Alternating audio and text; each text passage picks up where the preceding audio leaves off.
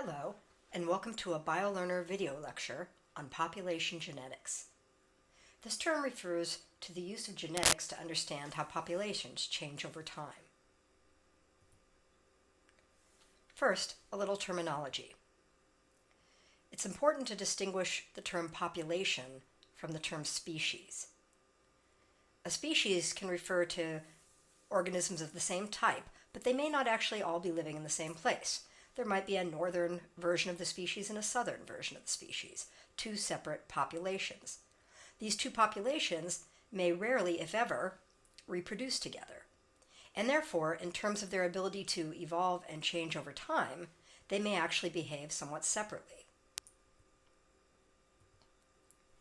We refer to all the genetic information in a population as its gene pool. In other words, a species may have more than one gene pool if it includes more than one population.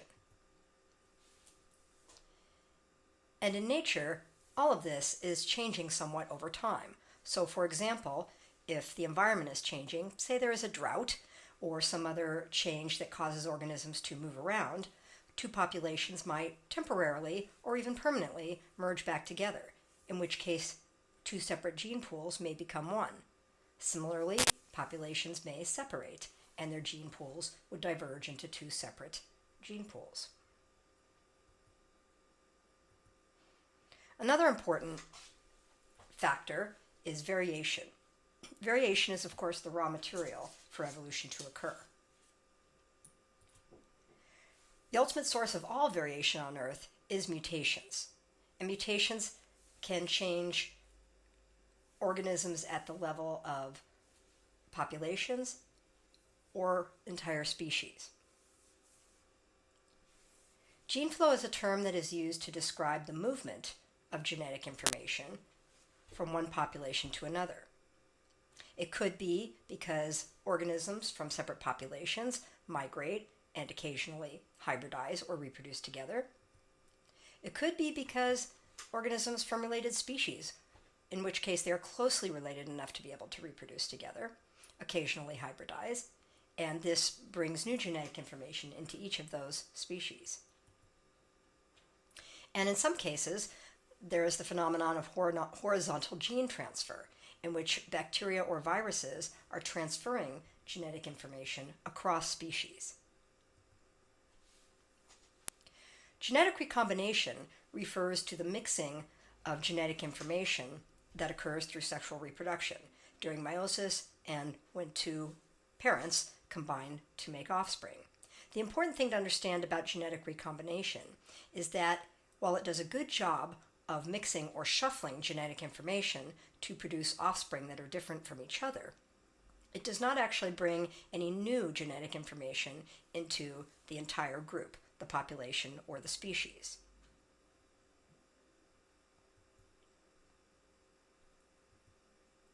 Take a moment and see if you can identify the sources of genetic information that are new to individuals, in this case meaning offspring, populations, species, and all life on Earth. Here's a genetic definition of evolution, a little bit different than anything that Darwin could have imagined. Evolution is a change in the relative frequency of alleles in a population's gene pool. This is something of a mouthful, but really you can break it down into its parts. Relative frequency of alleles simply means that from generation to generation, the frequencies of alleles, and therefore the traits that they contribute to, is changing. So for example, giraffes in the past may have had a higher frequency, you can think of this as sort of like percentage, of alleles contributing to shorter necks. And over time, generation by generation by generation, we would see that there would be a higher frequency of the alleles that would contribute to a longer neck. And therefore, there has been a change in the relative, that is, the present compared to the past, frequency of alleles in that population's gene pool. This is evolution. Try it for yourself. Use the vocabulary to describe evolution in the giraffes.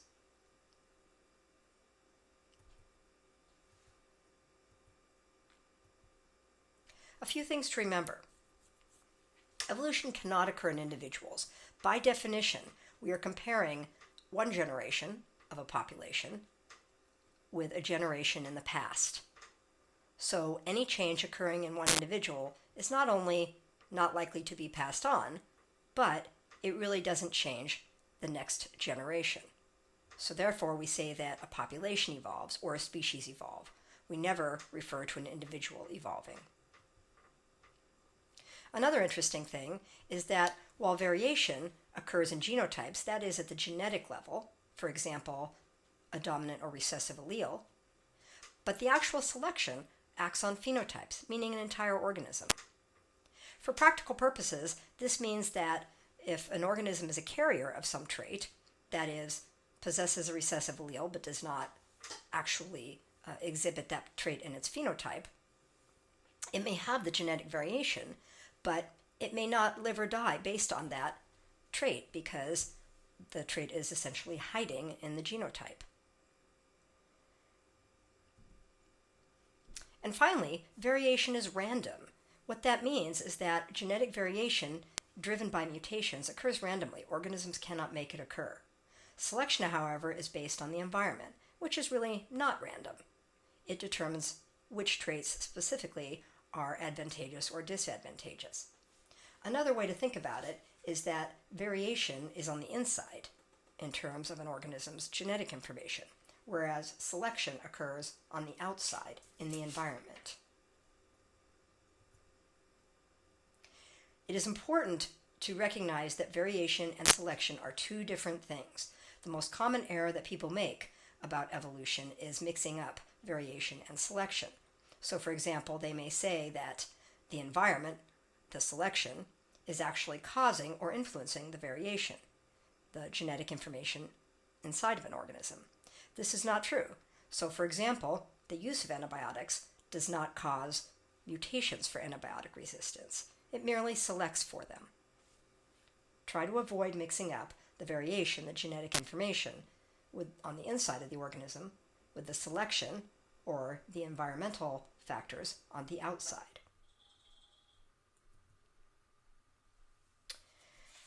There are different types of selection that are recognized in nature. The importance of these is really to understand that depending on what type of selection is taking place, you can get very different outcomes. So, for example, if there is directional selection, you're going to tend to get changes in traits. For example, the longer neck of a giraffe. If there is stabilizing selection, you will tend to get traits which remain very similar over time because there is selection for an intermediate or medium sort of trait.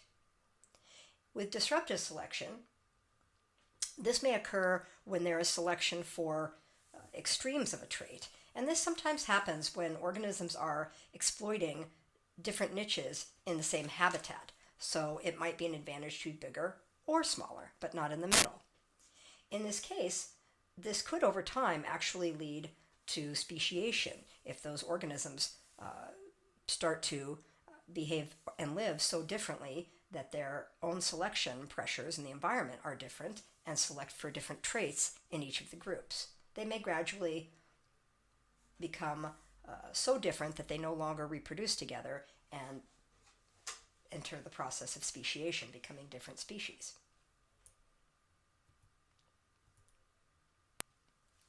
Be careful of this common misconception.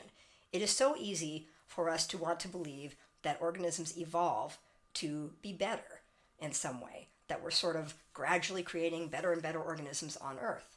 It simply does not work that way. Organisms are evolving to be adapted to whatever the current environment is. The problem, of course, is that the environment is constantly changing, and sometimes what is better now is not what's better as the environment changes. It's sort of like a race that you can never win. You just constantly keep chasing after being better and better adapted to the environment as it changes. That being said, there are some traits that tend to help organisms, species I should say, to survive in many different kinds of environments. They're the kind of traits that we associate with organisms that are able to survive in many different times and habitats and places and changes. So for example, being a generalist, able to eat different kinds of food, being tolerant of pollution or change, perhaps being able to grow very fast and being a weedy sort of organism. These kinds of traits do tend to help organisms to survive over many environments and are often very successful.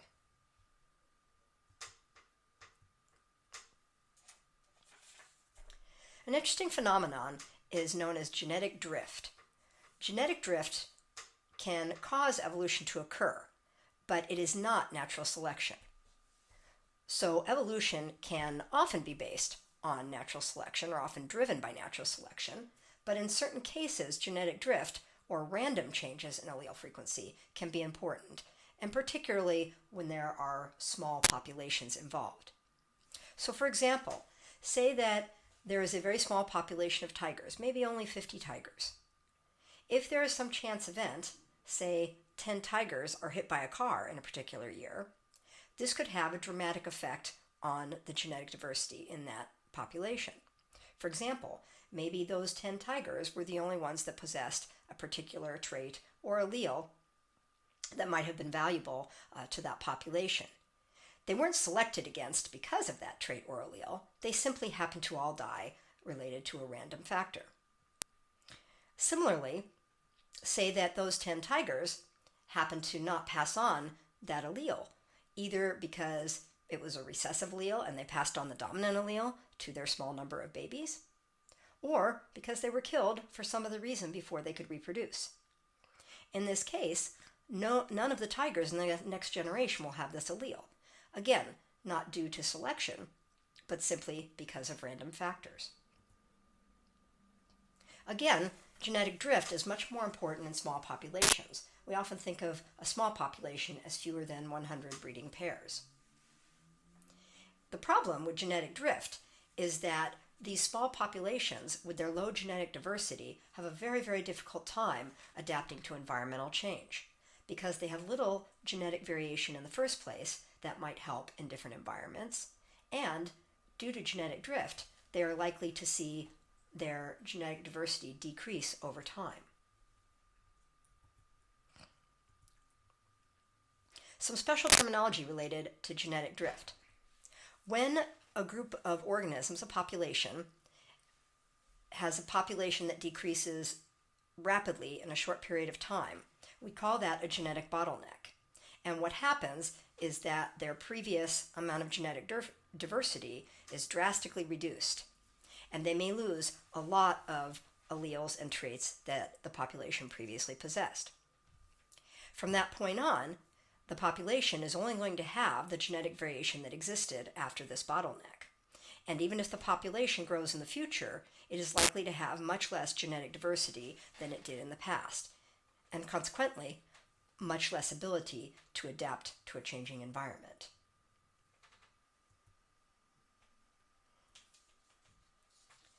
The founder effect occurs when a small group colonizes a new habitat and brings with it only a small selection of the genetic diversity that may have existed in the original population or species. A fun example of this is Hemingway's cats. A small number of cats ended up at Hemingway's estate in the Florida Keys, and some of these cats happen to have extra toes. Now, when you visit the Florida Keys and see Hemingway's cats, almost all of them have these extra toes, an excellent example of the founder effect.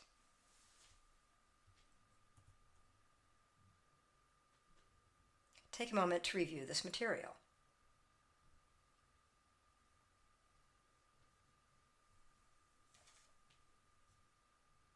One way to think about the importance of genetic diversity is that it gives us lots of possibilities to adapt to change. So for example, if I have a larger wardrobe, I might have clothing that's appropriate for all different weather and climate. If I have a very small wardrobe and the environment should get very hot or very cold, I might not be able to adapt. So having genetic diversity is sort of like insurance or security for a population to be able to adapt to environmental change. And if there's a small population, they oftentimes don't have much variation to start with. They're much, much more prone to the damaging effects of genetic drift and additional problems such as inbreeding that occur in small populations.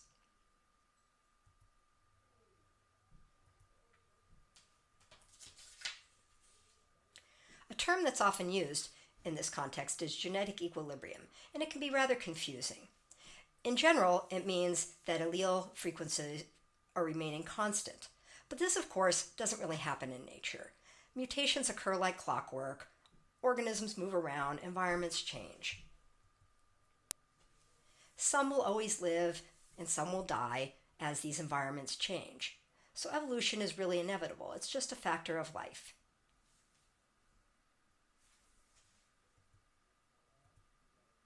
You can think of stability and change as a sort of spectrum. There are factors that cause a particular population to be more stable or to be more likely to change. On the left, you can see the sort of standard list of the factors that would tend towards stability or genetic equilibrium. On the right would be the corresponding factors that would tend to favor change. So for example, if there is a large population of organisms randomly mating, then they will constantly be reproducing and passing on all of this genetic diversity to the next generation. However, if there is sexual selection, then perhaps only some of the individuals are participating in mating, and their alleles will be selected, and the next generation is much more likely to resemble the organisms that were selected, which of course is evolution. A small population is much more likely to change for the reasons already stated related to genetic drift and lack of diversity. Migration is a source of gene flow, and if organisms have access to new genetic information, they are more able to change. Mutations, of course, always occur, but they occur usually right before as part of the process of reproduction. For example, during the process of DNA replication that precedes meiosis. And any kind of selection, which you should be relating to the idea of the environment changing, is going to tend to cause populations to change. Genetic equilibrium is really a sort of a theoretical state. It provides a baseline for us to think about how much a population is changing based on the factors listed below. So this allows us to think about what factors affect the rate of evolution. You can use this equation to sort of think about the overall factors that affect the rate of evolution. Variation, in other words, more variation, and selection, stronger selection, are going to tend to increase the rate of evolution over a given period of time. Now, how much variation there is depends on a couple of factors. The most important one is generation time. Generation time is very important to variation. Generation time means the amount of time that a particular type of organism or particular species requires to reproduce. The shorter the generation time, the faster that species can generate genetic variation. Mutations themselves happen at a fairly constant rate. However, if you can reproduce faster or have a shorter generation time, then you will still have a higher mutation rate in a given period of time. Oftentimes, organisms that have a short generation time also have a high reproductive rate. Think of something like insects. However, in the context of thinking about genetic variation and evolution, it is the generation time that is the most important factor here.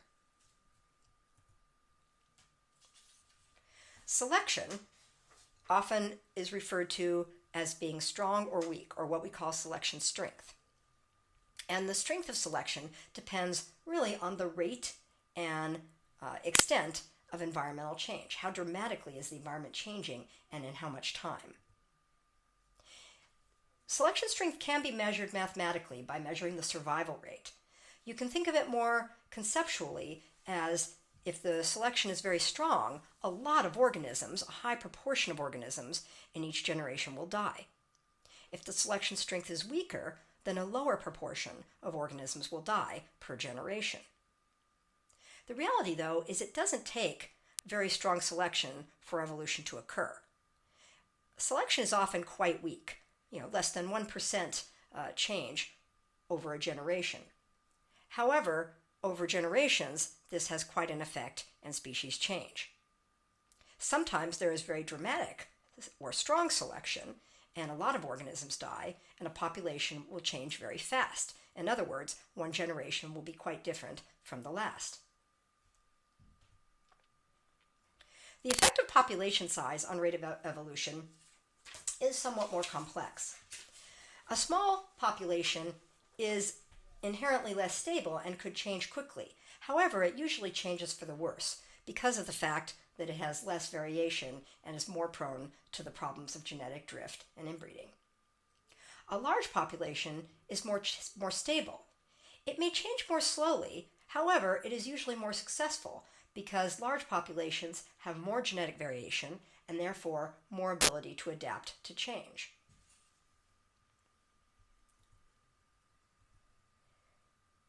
So again, take a moment to relate each of these factors to the rate of evolution.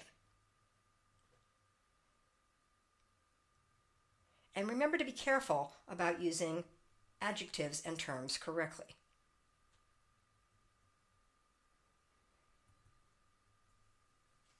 Really, it is the interplay of all these factors that is important. And the big idea to come away with, what we can really learn from population genetics, is to be very thoughtful about human impact on the environment. Because humans often cause a perfect storm.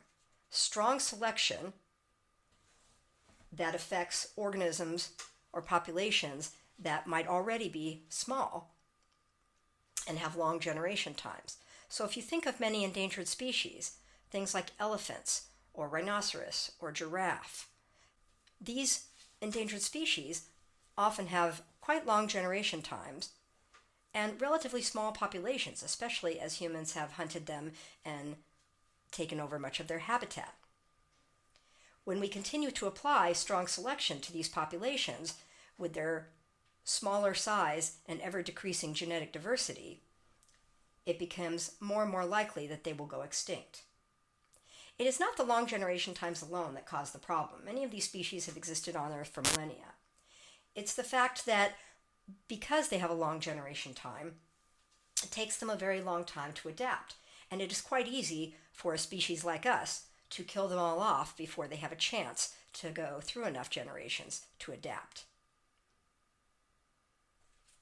So perhaps if we can learn our lessons from population genetics, we can change our behavior enough to allow some of these amazing species to survive on Earth along with us.